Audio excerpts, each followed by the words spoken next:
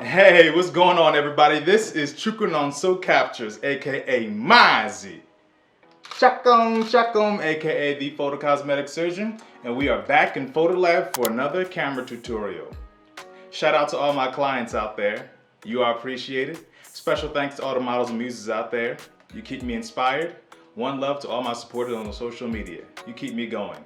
All right, so today we're going to talk about autofocus area mode. All right, so let me just bring that up here on my camera. You can usually only, it usually only works when you're in continuous, not like single servo. But when you're in continuous, then it's not grayed out. When you're in single servo, at least on my camera, it's grayed out. So you might have something different on your camera settings.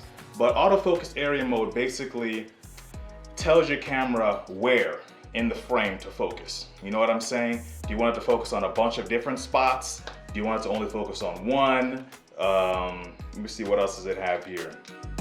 Yeah, that's basically it. Do you want to do 3D tracking? How many focus points do you want? Things like that. So in a previous video, I covered autofocus, how it would focus, right? Basically the focus mode itself. Like, is it going to be focused on something that's stationary or on something that's moving, or a little bit of both, or whatever? Manual focus, is it going to be automatically focusing? So it tells it how to focus.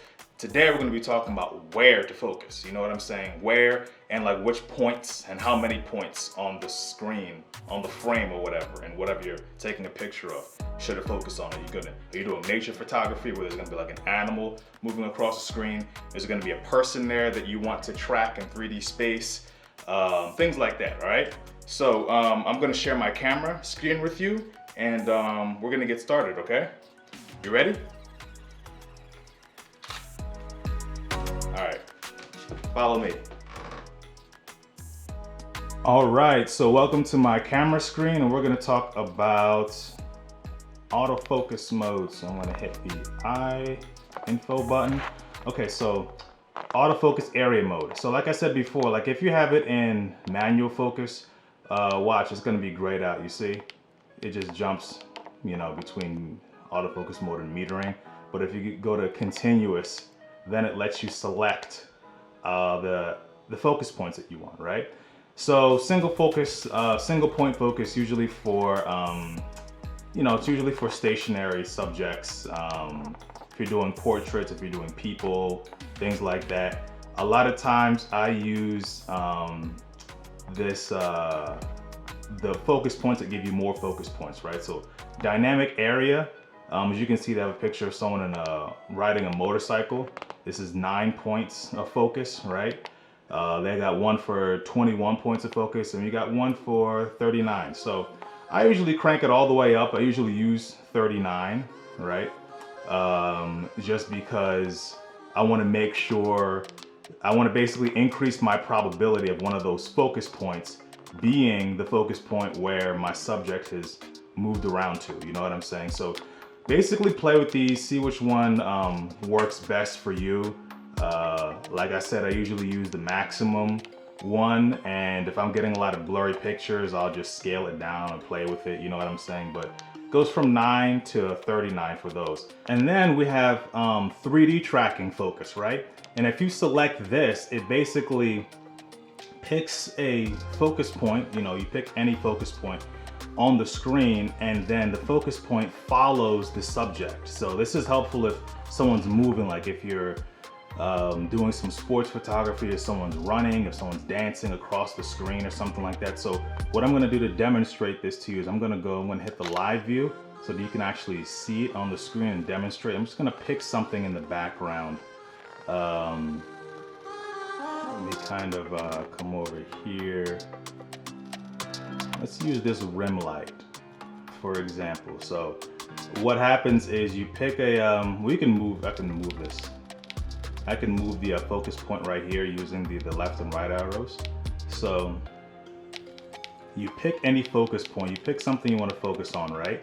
And my rim light is not moving, but what I'm going to do is I'm going to move the camera, the physical camera itself, to kind of, so that it has kind of the effect of it moving, and it'll be the same thing. I'll be able to demonstrate the same concept. So you pick any focus point that is going to start moving, then hit the OK button. And then once it starts moving, look, the camera follows it across the frame, right? Follows it where it's supposed to, you know, it remembers what it looks like and it follows it around. So this is good if someone's moving around, just really good focus tracking mode, right? So that basically, oh, I think there's one that I forgot. Oh yeah, so auto autofocus. So this is basically the camera just picks the focus point that it thinks that you want, you know. It works good in certain situations, other situations it doesn't, but yeah, I mean, just play around with it. What helps me out the most is in certain situations the 39 points of focus works good. In other ones the 9 works, because sometimes 39 kind of overloads the camera. It doesn't know which one of the 39 to kind of, you know, prioritize.